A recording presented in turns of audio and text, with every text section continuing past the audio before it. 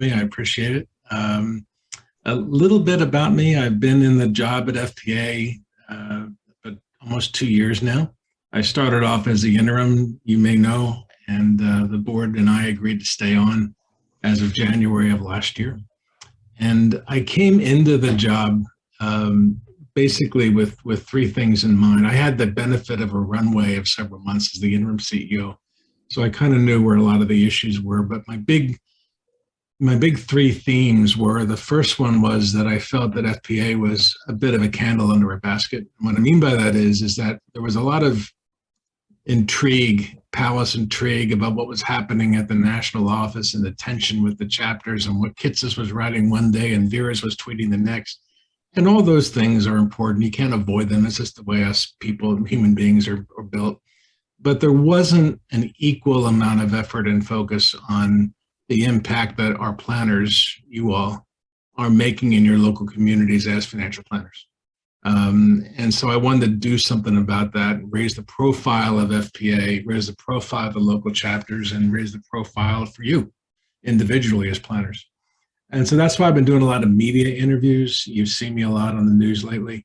That's going to continue. And that's why we're doing a lot of partnerships to raise the profile of the profession, because I think this is critically important. You know, I don't know if you saw it or not, but there was an FPA news brief out this morning that the insurance industry is estimating that the generational wealth transfer is exceeding $84 billion. So that is people on your clients transferring wealth from one generation to the next. And when you think about it, each side of that table should have a financial planner. And I want that planner to be one of our members. And so how do we do that? How do we give you the tools you need to be better planners? How do we raise the profile and the importance of financial planning? Because financial health and wellness is just as important as mental wellness and physical wellness. And companies and people that have all three of those things happen at the same time are in good shape. And that's your job, and it's a big job, is to do that for your clients. And I can't think of a more intimate relationship other than your spouse, your physician, or your spiritual advisor than your financial planner, because you're talking about personal stuff and your hopes and your dreams and how to move money and take care and what your legacy is going to be and how I'm going to pay for retirement and a nursing home. All these things are really, really important, and the country needs help. I grew up in a household where money wasn't talked about. It was unseemly. Polite people didn't talk about money, I was told when I was a kid. And I think that's unhealthy. You know, I think the more you talk about money, the more about fiscal management and being prudent, but also, you know, living a life that you can enjoy. Those things are important, and you need help to do that. That's where you guys come in. So I just think it's just very much raising the profile of our members in the profession is just so critical for FPA. The second thing was that I knew I had inherited a mess of distrust between the national office and the chapters. A lot of it had to do with the launch of one FPA. It all predates me, obviously. But I felt that the buck stops with me as CEO. And so I decided on my own. No one asked me to do this. The board didn't ask me to do it. I decided to meet with every chapter by myself, one-on-one, just like I'm doing with you right now. And you're either my 39th or my 40th chapter visit since last year. I've lost track of it.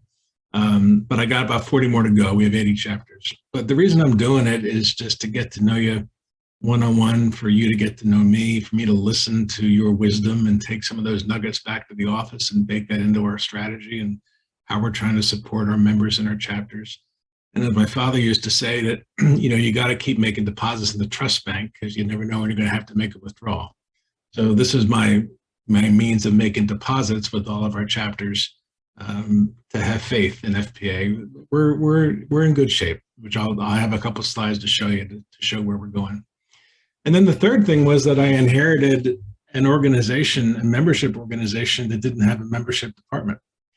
We had a marketing department that hawked membership as a product. So there was a focus on the website and complying with rules and policies, and those things are important, but there wasn't an equal emphasis on membership acquisition, service, and retention. So I've hired a bunch of people to help me do that. We have some very chapter-centric folks. Leslie Whitted in particular is our Chief Membership Experience Officer. She comes out of the Association for Corporate Growth.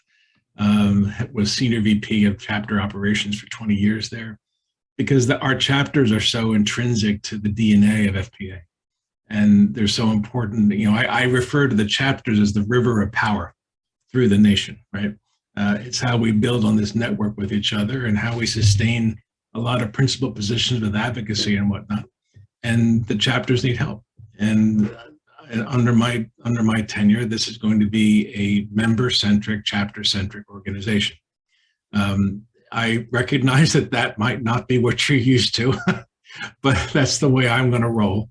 And so far, we're getting a lot of positive feedback about that. So that's the three big themes that I'm focusing on: raising the profile of FPA, building trust back with our chapters, and recertifying the importance of membership operations from a chapter and membership perspective. As we've gone through the year, we have a lot of positive things, and I have a slide presentation I can share. If you can indulge me, I'm happy to do that. Would that be all right? All right, let me see if I can share my screen.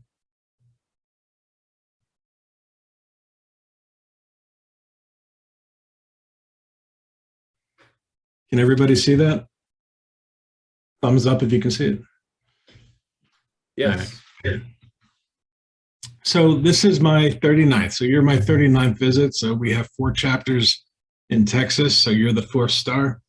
And I'm making my way across the country in terms of meeting with everybody. Our membership count as of the end of last month was 18,160. So the good news here is that since January of last year, we've held at just over the 18,000 mark, and that's remarkable when you consider that we've had no conferences for 2 years, no in-person events, and having an in-person event is so central to what it means at FPA in terms of membership and camaraderie and exchanging ideas and whatnot, and that really I give all the credit to you and the rest of the chapters, because you're doing a lot of the work in the vineyard to make a difference in your local communities, to keep things fresh and to keep people attracted. When I look at the lower two, the purpose of those, I call this the tale of two cities. On the left-hand side, the lower left is our CFP professional count. That's our masterclass and membership, as you know. And we've kept that at about just over, up and down a little bit, but consistently over 12,000. That represents about 2/3 of the membership, which is consistent with FPA over many, many years. I'd like that to get into the 14,000 range, but that's going to take a little bit of work. On the right-hand side is the new to the profession and aspiring. So these are the students. These are the student memberships, the aspiring members. They're usually the $50 a year clip types. A lot of it are the externship registrants. The challenge that we have, though, is that they come in 1 year and they're gone the next. They don't repeat, they don't renew. So there's this constant churn to keep building on that. And the other issue is that, as you can see, we've had a very steady increase from January all the way until October. It tapered off again. That's when the externship ended. It's going to pick up again in March, just like it did last year, and it'll zip up again, because that's that new input of folks. But from a financial perspective, it doesn't pay the bills. So I look at the lower right hand, and in baseball parlance, I say that we do a really good job of selling to the bleacher seats. But on the left-hand side, we have to do a better job selling the season tickets. And that gets down to value and the perception of membership value to our certified financial planner professionals, and making the chapter experience and the membership experience for them something that they want to stay in and be interested in. When I look at last year, again, for the full year of 2021, this is some good news. Again, we stayed for the entire year. We kept it above 18,000. And the reason I bring that up is that the year previous, we lost 442 people from January through December. And a lot of that is just normal attrition. Some folks retired and decided to hang it up. Other folks cycled in and out. But this is really, really low when you think about it. We basically kind of stayed the same. And the reason that's so important is that the previous year, we lost 3,000 people in 2020. So we went from a loss of 3,000 people in 2020 to keeping steady in the ship in 2021. And we've been doing that again all the way through, maintaining it above 18,000. So the message of FPA is one of stability. Yep, we took a hit a couple years ago. I had membership drop, and there's reasons for that. But since over the past 2 years, we've stabilized on membership, stabilized on finances, stabilized in a lot of different ways. And now the team and I are turning, with your help, are turning the focus towards growth. One of the things that I look at a lot is the percentage of members with the CFP mark. And as you can see, the 1, 5, and 10-year average, we're hovering around 2/3. So when you look at the total line, which is the red line, that's all of our membership. And then the yellow line is a CFP count. And you can see they move in tandem with each other. So no matter where the membership number is, the CFP number is usually about 2/3 of that. And that was a problem that I think in years past, the previous management teams fell into. It was a trap. In other words, as long as we stayed at 2/3 of CFP membership, we were good. But nobody was paying attention to the fact that the total membership number was declining. And so that's what we have to reverse and move forward on.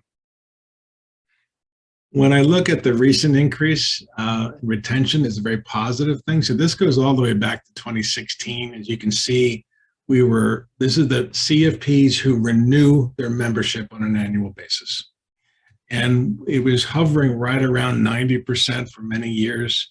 And then it dropped like a stone in 2020. That was the pandemic. And I think what happened there was that most FPA members, their employers don't pay their membership, especially if you're a solo practitioner, you don't have anyone paying your membership except for you. And people were kind of caught off guard, and they didn't know where the economy was going. And so when you do that, you stop spending. And a membership in any organization is a discretionary spend out of anybody's wallet, obviously. So I think that this explained a lot of what happened in 2020. But what happened in 2021 was that everybody kind of figured out, well, the world's not going to end just because I can't be in the office. I can Zoom with clients. It's not my preference. It's not their preference, but we can figure out a way to make this work. And all of a sudden, that good old-fashioned American ingenuity began to take hold, and people figured out what to do. They figured out how to use Zoom, although many of us, including me, don't like it all that much. I prefer a handshake across the table, but this is where we're at the moment. But people figured out how to make this work, how to turn things around. And that's when we began to see that the renewal rate began to climb. And so the renewal rate really climbed out of the ditch all the way through 2021. And that has consistently continued into this year. So that's the positive news. One of the things that we're focusing on is that we decided to nail down who our core member is. Those of you that have been in FPA for a long time know that our bylaws say that anyone in the financial planning profession can be a member. But the problem is that we were trying to be everything to everybody. And when you try to be everything to everybody, you end up being not a lot to anybody. Your message gets diluted. And we were called to task by the Advisory Council, which represents about 90% of our chapters, to put a stake in the ground. Who we are, who we serve, why we do it, and where we're going. And so the board spent six consecutive board meetings, 6 months, which you all know is a valuable amount of time, to define who our core member is. And we settled that our core member is a CFP, the CFP professional. It doesn't mean that if you're not a CFP, you're not welcome here. It's entirely not the case. But in terms of what our focus is going to be, we need to focus on that, on the certified financial planner professional. The other half of the equation was that I felt very strongly that we had to really improve the messaging around what our value proposition was. So we have a tagline that says that we're your partner in planning, and we're helping you realize your vision for success. But more importantly for you to know and for us to talk about was how we're going to do that. So because we're all planners, we use the word plan. So the P in plan stands for practice support. L stands for learning, A for advocacy, and N for networking. Those are the 4 basic components of what it means to be a member in FPA. And the first one, practice support, is are we giving you all the tools that you need to be successful as a planner? Are we helping you achieve the value that you need to be able to convey to your clients? Are there better ways that you could be doing things? Are there opportunities that we have to help you figure out what those might be? Learning, continuing education credits are a dime a dozen, as we all know. We used to spend a lot of time with that. We do offer it, but what can we offer that's more different, that can help you drive value for yourself and your personal development, as well as that of your customers? Advocacy at the state and the federal level is very important. What are the issues that are happening in the state of Texas that affect financial planners? What are things happening in Washington, D.C. that affect financial planners? What do you want us to advocate for as a planner? Because this is your organization. So those are the kind of things that we focus on and think about. And then N is for networking. That's the biggest one, is that we haven't had a FPA event in 2 years. 2 years, can you imagine? No ability to convene, no ability to get together. I don't know about you, but I'm zoomed out. And I think we need to get back into talking with people and be able to just walk and have a cocktail and think and shake hands. And, this is the kind of client I have. I'm not sure I'm handling. How are you handling it? Those kind of things are easier to do in person. And as I talked about earlier, this intimate relationship that you all have with your clients, it's so much easier and more appropriate to have in person. And that applies with an FPA as well.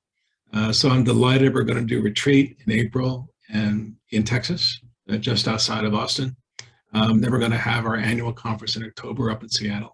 So PA is getting back into the thick of things finally, and I'm very eager to get out on the road again, because we're making it work. I'm making it work just like you're making it work. But I think we all know it's better to do these kinds of things in person to move things along.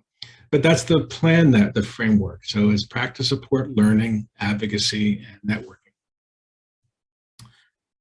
This is a bit of an eye chart, and I can distribute this after the meeting if you'd like, but this gets into what all these things mean and the different messages that we have and examples of programs and advocacy committees and how we're networking across our local chapters and the benefits that we're offering. This came a lot out of conversations like this that I had with other chapters. I remember Frank Allen down in Tennessee was telling me that, Patrick, it's great that you have E&O insurance, but that really doesn't apply to some of our newer members who don't become solo practitioners. They in turn join larger firms who provide that already. So what other benefits do we need to be thinking about for the future? And I really appreciated it. It was really good advice, and I appreciated the insight. It's that kind of nuggets that I take back to the office to figure out what else we can do. You might have heard about, we did a deal with the Chalice Network and the Learning Marketplace that you can see on FPA now. Those are all new in the last 12 months. And there'll be more coming, which I'll get to at the end of my presentation. But this is all about providing opportunities and details for you to help you sell membership in your local chapter. Another thing that, when we talk about who we are at FPA, I call in basketball season, this is kind of the four-corner offense, but we talk about who our core member is, we talk about a value proposition, we talk about our core values, and we talk about our core policy. And if we stick to those four corners, I'm absolutely convinced that we're going to drive membership up at the chapter level. The whole idea is to make it easier for you to talk about membership and effectively to sell the benefits of membership to within your local community. One of the things that came up a lot is that we used to have 8 categories for membership, and today we have 5, and that was deliberate. We tried to streamline this and make it simpler. In the old days, we had 8, and I always point out, why did we have 2 versions of allied professional? And you don't even see the word student. And a member emeritus and an international, well, they're already 98% of them already CFPs. Why not just call them that? Why can't we make this place easier to understand? And so we set about boiling this down to 5 simple, thematic membership categories that are easy to sell. Certified financial planner professional, that's the big one. Allied, academic, student, and member emeritus. The 5th one, member emeritus, I felt very strongly about. because we're standing on the shoulders of those that came before us, just like people will stand on our shoulders someday. And I want to honor the contributions and the vision that they had when they founded FPA, and many of them are still active, and we treasure their input and their wisdom. But we really, I felt very strong about keeping those, but the other four, we're kind of boiling it down to make it simple for you to sell, for each of our chapters to sell in their local community as you're talking to aspiring CFPs that are coming in. Speaking of CFPs, you might have known that we did a complimentary one-year membership program for newly minted CFPs. So these are the folks that register with the CFP Standards Board. They go through all of the rigmarole of training and certification. And the very last thing they see is a screen on the CFP Board website asking if they would be interested in a complimentary one-year membership. At the end of that year, then they have to decide whether to renew and pay full freight at the chapter level. It's an opt-in process. We get a list about 4 to 6 weeks after that happens. We activate the membership, and then the chapters are notified and the onboarding begins. So this is the screenshot, the very last screenshot that you see on the CFP board after you've registered for the first time. You've done all your training, you've done all your certification, you've done all the preliminary work to get approved by them. This is the last thing you see. And the good news is that we have, this is the number of folks, this is an email that they get from us. It's talking about us being their financial planner. It's welcoming them to the profession, congratulating them, and welcoming them to FPA. And and then we get a renewal note that if they're a partner in planning, the partner in learning, and we have different ways of reaching out in terms of reminding them about how we can elevate. There's Dan Moisan out of Florida. We talk about different ways that we connect with people, different ways that we reach out, different ways that we help you be a better financial planner as being part of FPA in your professional home. And the good news is we have a first-year onboarding journey. And how we're doing this, I felt that this was not present at FPA, and I felt that the chapters needed some help in how we would do this. So we break it out by 12 months. We talk about how we're doing a welcoming email, the second month a welcoming postcard, and more welcoming emails. And if you wait until you reach out to a member to renew them, you've lost them. If you wait till they only have 2 or 3 months left before they have to renew, and that's the only time they hear from you, it's likely that you're not going to get them. However, if you're starting a conversation with them way back in the beginning when they first join and you keep them engaged, the statistics show is you're highly likely to get them to renew when it comes time to later on in the year. And that's a different mindset that we have to have, and it's a mindset that I've asked the membership team to work with the chapter executives to get that going. We send a welcome professional package, a certificate of membership. We send a note from the president. It's all those little things, those nice touches that we need to do to make people feel that they're welcome within FPA, that they have a professional home, that we're not just having our hands out to take their money, that we're actually delivering value. And then we have a new FPA member alert, and then that goes out to all the chapters, and then we tell you who joined and when, and how that's going, and then we keep all the chapters up. I'm very pleased to tell you that as of last week, this new free complimentary membership, we have 140 people have signed up in 2 months, and that bodes very well for the rest of the year. Finally, a little bit of breaking news. You might have seen the announcement this morning in terms of a new member benefit. We've joined up with a partnership with Carson Coaching.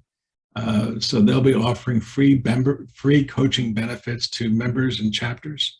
And then if you want to do an in-depth one-on-one coaching assignment, you're getting up to a 20 to 25% discount at the membership level. This is something that FPA has never done before. But in talking with a lot of the chapters, I kept hearing, could we do more than member benefits, Patrick, are more than just insurance breaks and discounts on copying and cell phones. Can we come up with something that's substantive to help me run my practice better? And then talking with my equivalent over at Carson, we figured that this is a good way. We don't compete with each other. We complement each other in the same space. Why not leverage each other's strengths? And so that was announced this morning. There'll be a press release going out, and then there'll be a membership break coming out later tonight or tomorrow morning to show you how to take advantage of this. So this is just a little update of a lot of the things that we're doing here at FPA. And with that, I'll stop, and I'm happy to take any questions that you might have. I know that's a lot in 15 minutes, but we have a lot going on. No, I've got a couple questions, Patrick. Thank you for Yes, sir. for that. That was interesting. One, how would you describe the FPA relationship with the CFP board in terms of our boards? Or do we interact? Is there any kind of just how would you describe the relationship and interaction? I describe it as professional. In fact, one of the reasons I'm out here is I'm heading down to Washington on Thursday for a meeting. Dennis Moore is the president of FPA. He and I are having a dinner with their board Thursday night, and then we're giving them an update about FPA Friday morning at their board meeting. It's professional. We have two different jobs here, Steve. They're a 501c3, so their job is to represent the public interest. We're a C6, we're a trade association. So my job is to advocate for you, the member. Where we can shake hands and do business together, we do. Where we can't do business together, my view is we can still shake hands and be friends and go our separate ways. That really comes down to advocacy sometimes, or some of the issues that there might be a little bit of friction about. But we're a part of the coalition with NAFTA and the CFP board. I meet with the CEOs of both organizations once a month. So I wouldn't say we're best friends. I wouldn't say we're drinking buddies, but I would say that we're professional about it. That's where we're at. Okay, because that's one of the things where I think they can help with, and I don't see it as our area, but like compliance and protecting the standards within the industry that that's really an area that they do. And I like the plan that you have in terms of the practice, support, learning, advocacy, and networking.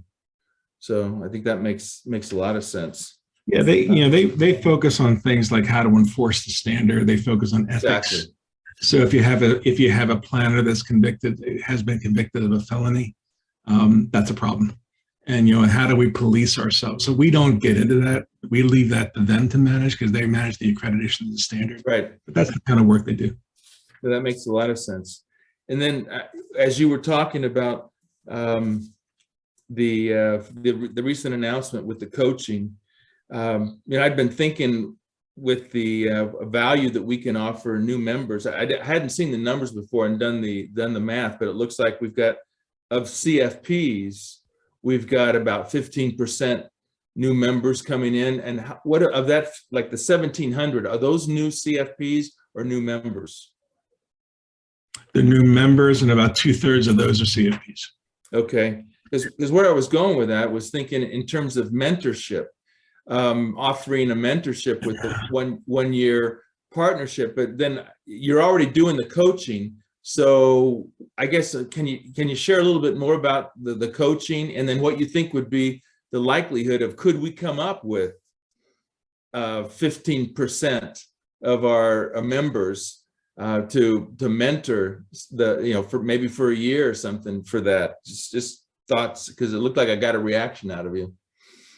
So it's two different things. So the coaching is for you and how to run your practice better if you think you need some help. How do I communicate with better? How do I market my company better? How do I, are we picking up the phone within the second ring? Are we returning phone calls on the same day? The coaching aspect, the coaching aspect of running your business and helping you do better. On the mentoring those side, that's I think where the membership can at the chapter level can come in.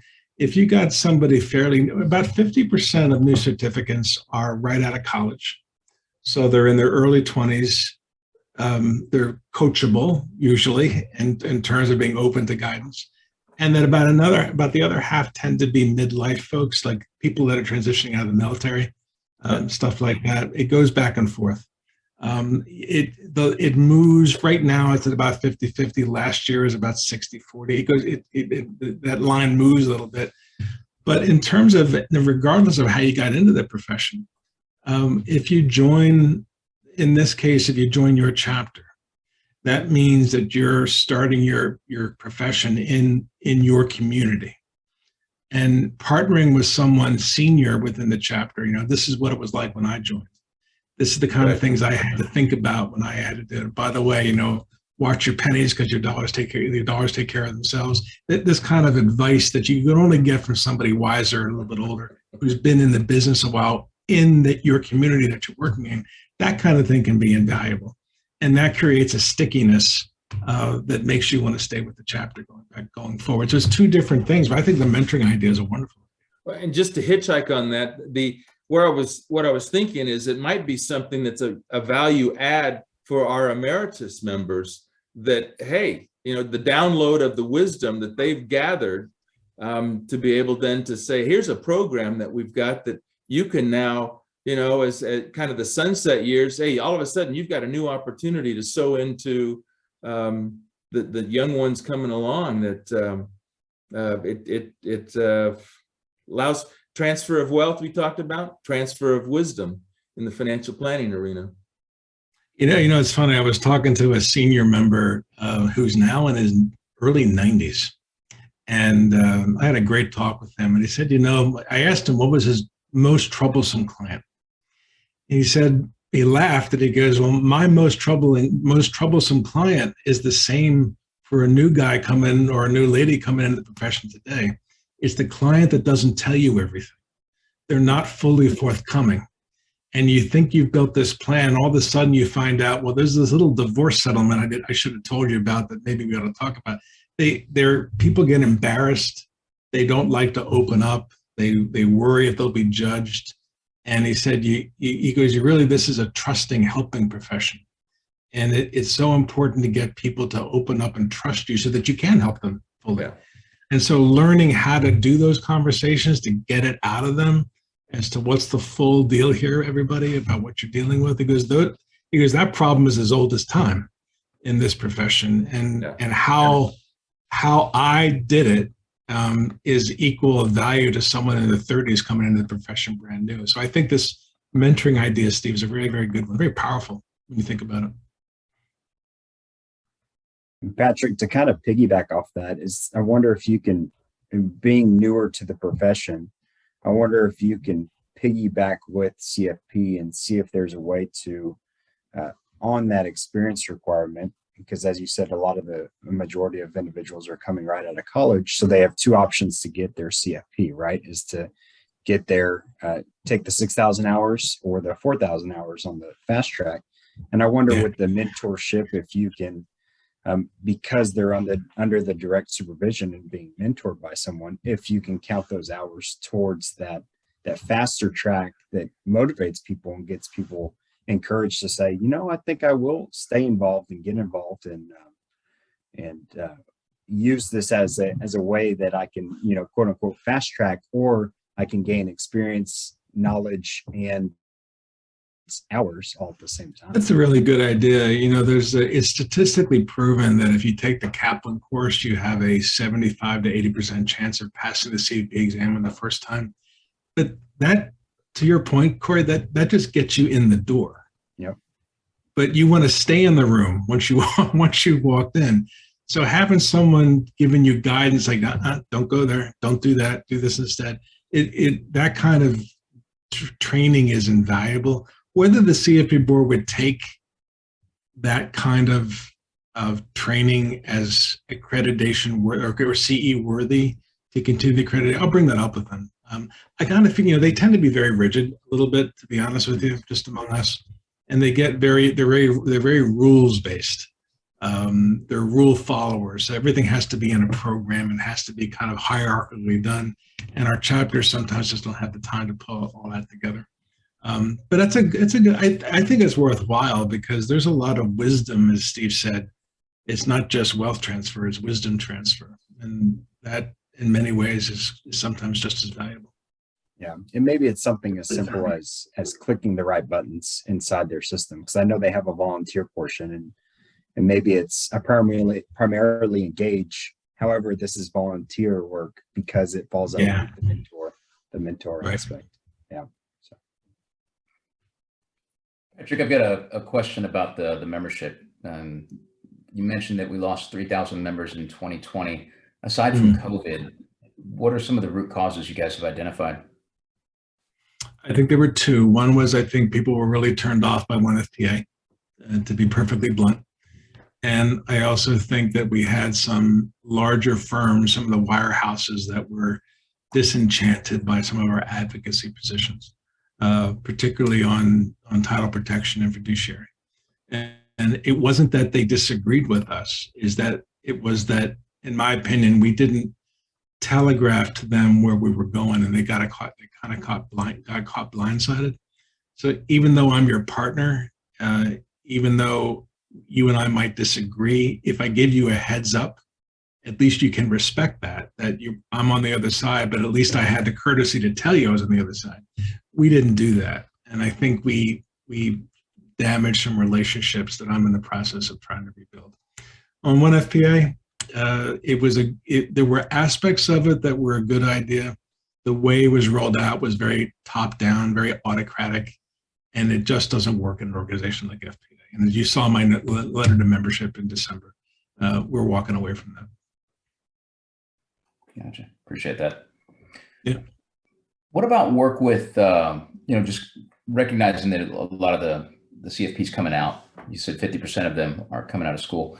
Any new initiatives as far as engaging universities and building an FPA relationship from a central office perspective with any toolkits or anything like that universities can take advantage of, or something that a chapter could go in and say, hey, here's some reasons we should start building a relationship? So one of the things we're doing is the Financial Planning Challenge, and it's a three-way sponsorship between the CFP Board, Ameriprise, and FPA. We offer it to local universities that have a financial planning major, and there's a couple of them. Texas Tech is a big one, and these kids, they get really competitive with each other. They take these team events and they really go at it. And then the prize is round trip airfare and hotel to our annual conference with your academic advisor. And so there were 7 different schools that competed with each other last. They have to put together a plan.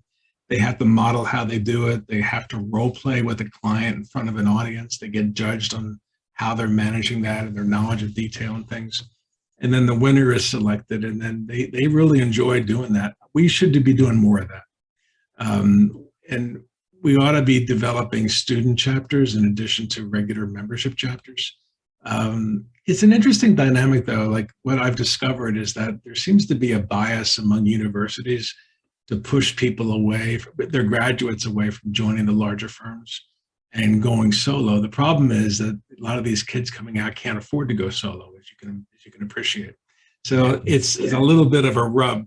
But I think the more active we get at the college level, that's one thing. Another thing that we really could be doing is talking with local high schools on career night about what it means. When I was in high school, financial, you're either a doctor, a dentist, or an attorney, or a salesperson. Like, financial planner was never part of the vocabulary. And it ought to be, when you're looking at the amount of money that's being transferred from one generation to the next over the next 10, 15, 20 years. That's a lot of opportunity if you play it right. But how do you talk about this with a high school kid who may not be getting the kind of counsel at home that she or he should be getting about how to manage their money, how to set up a budget, things that I was in the Boy Scouts, so you had to do budgeting and to get a merit badge, stuff like that. But we don't do that enough in this country. And so I think we have a lot of young people coming into the system that aren't as financially savvy as they could be until they get the first credit card that mom and dad don't know about, and then they max it out and all of a sudden they got a problem. But if they had that kind of training in advance, they'd be a bit more wiser and more prudent and thrifty with their money. And I think that calls out for what could the chapters be doing at their local the high schools within their community to do that. Junior Achievement does some of that. Some of these larger student organizations do it, but is there an opportunity for FPA? And that's something I'd like to pursue over the next year or two at the chapter level, because I think it's just really important. And that's seed money, right? Because if you get them hooked when they're younger, they'll have a good life, please God. But even that, if they become interested in this profession, then you have a feeder into their chapters and the profession overall. Patrick, we've kind of been going around that very idea in the last month or two in conjunction with some other things we're doing. Are there any financial literacy education programs that are available through the FPA that are really geared towards high school students? Because we're looking for something like that and coming up pretty empty-handed, at least where we've been looking. Patrick, not at the moment. I wish I could tell you otherwise. There is, on the advocacy front, we're launching a lot of legislation for financial literacy. We just got behind law in New York, another one in Utah, and one in Arkansas, I believe, as of last week. So financial literacy is making its way through the system. It's a bipartisan. No one seems to get too offended by that. It's like motherhood and apple pie. But the point of that, though, is it gets it into the local curriculum at the high school level, which then makes it easier, because then the high schools have to do it, and then they're coming to you looking for help rather than you trying to sell it to them. But from an actual program perspective, I'm sorry to say we don't. That's something that's on my list, but we don't. We should I think be. that would probably be well used if it was put together. Yeah, I agree. Yeah, and that's one of the things is that I feel like as chapters, we oftentimes will go down the same road that the organization is going, but we'll go about it a different way, and we may not be very efficient. And of course, we're not having the knowledge share that would come, and that's an area that we would hope in the future central office could kind of help steer us a little bit better. Whether it's and I know we've got a lot of resources for pro bono, but pro bono is probably a good example of an area where the central office has given some good guidance, and we've been able to do a lot with that guidance and to do some good stuff. But on the high school education side, we've got members that are very active in those areas, and we'd love to be able to support them more. So I imagine in your many conversations with chapters, discussions about sponsors have come up quite a bit. Have you heard anything that really made you think, or anything that you thought, hey, we've got to do that differently? Well, we have to do, we're looking at a different way of looking at conferences. One of the things for the annual conference, we're looking at having a big name, a marquee name that's well known across the country to raise the profile of the annual conference. The other thing I'm keenly attentive to is not competing with chapter events. So you wouldn't believe the calendar they have across the wall at the office of who's doing what when, so we don't compete with anybody or don't trip any wires. And my rule is if we're rubbing up against somebody, let's give that chapter a phone call, please, in advance and talk about it so nobody feels we're stepping on them. But I also think that what I've been told by Schwab, by Merrill, by Ameriprise is that they really value the local chapter level more than they do national. National is important to them, but they really value and it has to do with the way they're structured themselves, right? Because like Ameriprise has independent offices across the entire country. In Texas, for example, they have 110 offices. It's all over the state. So they get very, as Tip O'Neill used to say, all politics is local. Well, all business is local too. So they tend to think that they get a bigger bang for the buck sponsoring local and regional conferences more than they do with any organization, FPA or anybody else at the national level. But they also recognize that they need to do both, and where they can do both and complement them, that's a good thing. A new dynamic that's emerged are symposiums. So I don't know if you knew about this, but the southeastern part of the country for FPA did a symposium with 13 chapters. And I kind of co-led that with Morningstar. And that was talking about, that theme was retirement services. And an idea has been, could we pick a theme and do a different theme every quarter? Not every month, every quarter, but pick like 4 themes for the year strategically that make sense that the chapters can buy into, and then do kind of a symposium where you loop all the chapters together to get a bigger, broader band so you can afford a more expensive speaker. The other thing is I'm working with developing a speakers bureau because some of our larger chapters can have, with deeper reserves, can afford 10, 12 grand to have kids come and speak, but our smaller mid-sized chapters can't do that. And, what can we do for them to give them the same kind of opportunity, a similar seat at the table as their larger brethren, in order to get the same quality kinds of speakers? So I'm working on a speakers bureau with some of these bigger names, but at a reduced rate, like at a tiered rate, depending on the size of the chapter to make sense. And then from there, you can figure out if you want to do it in person, you want to do it via Zoom. So stay tuned on that, but I expect an announcement to come out in about a month or so. But I recognize the need. It's everybody needs the help. Yeah, I think I saw the first time that I had seen a wirehouse advisor at one of our local events. I saw a Merrill Lynch person there recently, and that was Not surprised. It stood out to me. I spent years at Merrill, and it's always been one of those things where I just kind of assumed that the wirehouses wouldn't participate in FPA because they were worried about losing people to independency, since there are so many independents out there. It's encouraging to hear that they might start to be more plugged in. And if there's a way from the FPA organizational side to push into local branches to encourage activity in local chapters, obviously we'd be hugely supportive of that. We'd love to see them around more. Yeah, I got to be careful. I don't want to throw around names, but I called one of them, their CEO, about a month ago, just to introduce myself, just to introduce FPA. And the reaction I got was, "What took you so long?" No one from FPA had ever called them before. And I'm kind of old-fashioned, you just start building relationships little by little, and before you know it, you got something going. But it's not going to happen unless you try. And so I'm reaching out to all the major firms, all the major large firms, kind of being an ambassador for FPA on behalf of everybody and trying to break that logjam. And I think it's beginning to work. It'll take some time, but it's beginning to work. I'm glad to hear that somebody showed up at your event. I think that's a great idea. That's where I started on the brokerage side and doing that. One of the things, Charles, I don't think I've had a chance to bring you up to speed, but in the last meeting, with Corey and Lynn, we came up with the idea of putting together, and because we've got Robert Steen, who's a PhD or about to be a PhD in financial planning, and a couple others that we know, putting together a presentation that we could do at one of our chapter meetings, which might be a good way to recruit some from some of these other offices on a family meeting. And by that, this whole idea of you mentioned it in the opening remarks, Patrick, about the amount of money that's being transferred.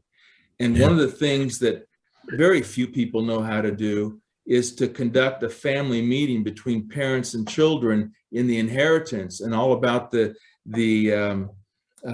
does your estate planning look like? What is it you want to do? And that's, a lot of attorneys, I've got a brother that is an estate planning attorney, and he said one of the biggest areas that he ends up in doing is having to try and unscramble all the misconceptions, because parents don't take the time to tell their adult children what they want to happen and how they want it to be a blessing for the family, but it turns out being a quagmire and infighting. And to be able to sit down, and who better to do that than the financial planner that should be aware of the entire program, and is hopefully has talked not only to the parents but to the children already in doing financial planning, to be able to conduct that kind of meeting. And I think that's one of the things that with the experience that, I know Charles is aware of this, at USAA that we had with flag officers and talking with their children, our planners did a number of meetings like that. And that's where we could just put together a program to say, this is how you do that. But it's not, you don't want to be feeling your way through that when you're in that kind of potential hotspot. So we think we could put together a nice panel presentation for that. I've often said that that a financial planner is the straw that stirs the drink.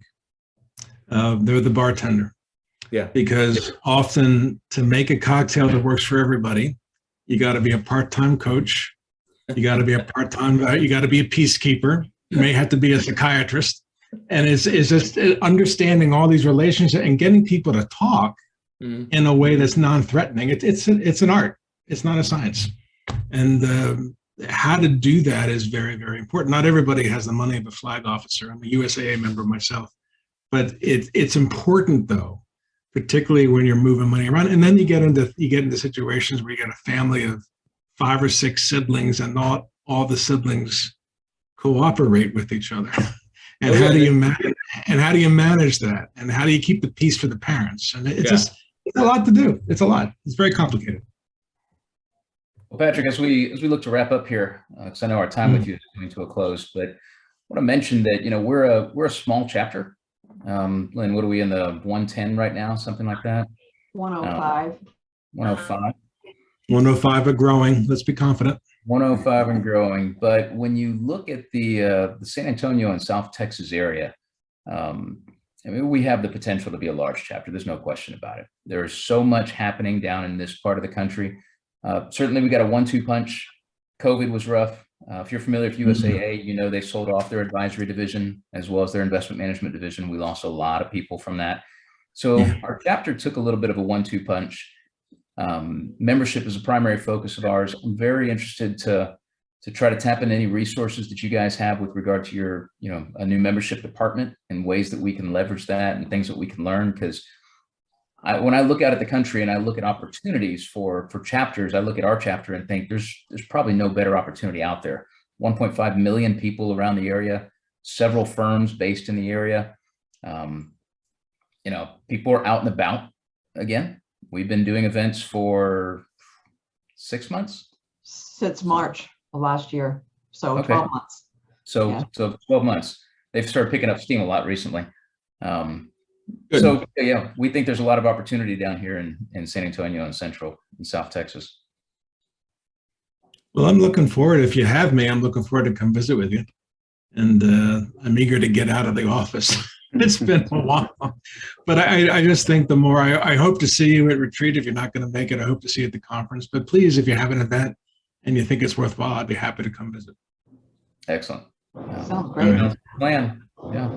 Get some Patrick, barbecue. one last thing that I was thinking about and thought about Corey. earlier is that what if, and I don't know if you've had the conversation with Kitses about it, is that what if there was a way to combine that into the membership cost that we have and somehow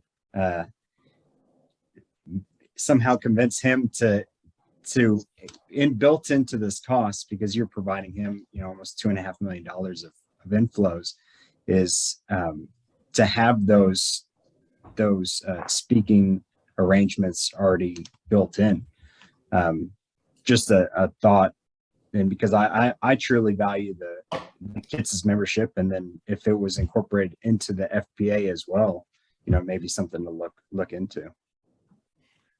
Well, you have to remember, my friend Michael is trying to make a living on his own, just like we are. And I did raise that topic. It didn't go very far, very quick, but I'm going to keep at it.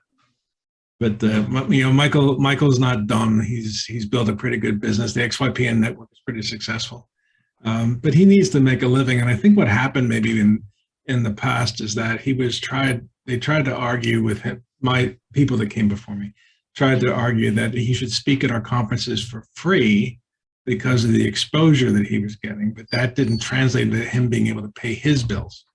And I'm a big believer that if you're going to contribute, you got to be paid for your time and your effort and your expertise, no matter where you are. I just think that's fair. So how do we do that that's realistic for a smaller chapter? And how do we create an opportunity that puts a smaller chapter on the same playing field with a larger chapter in terms of access? That's the sweet spot I'm trying to find with him at the moment. But we're getting there. We're close.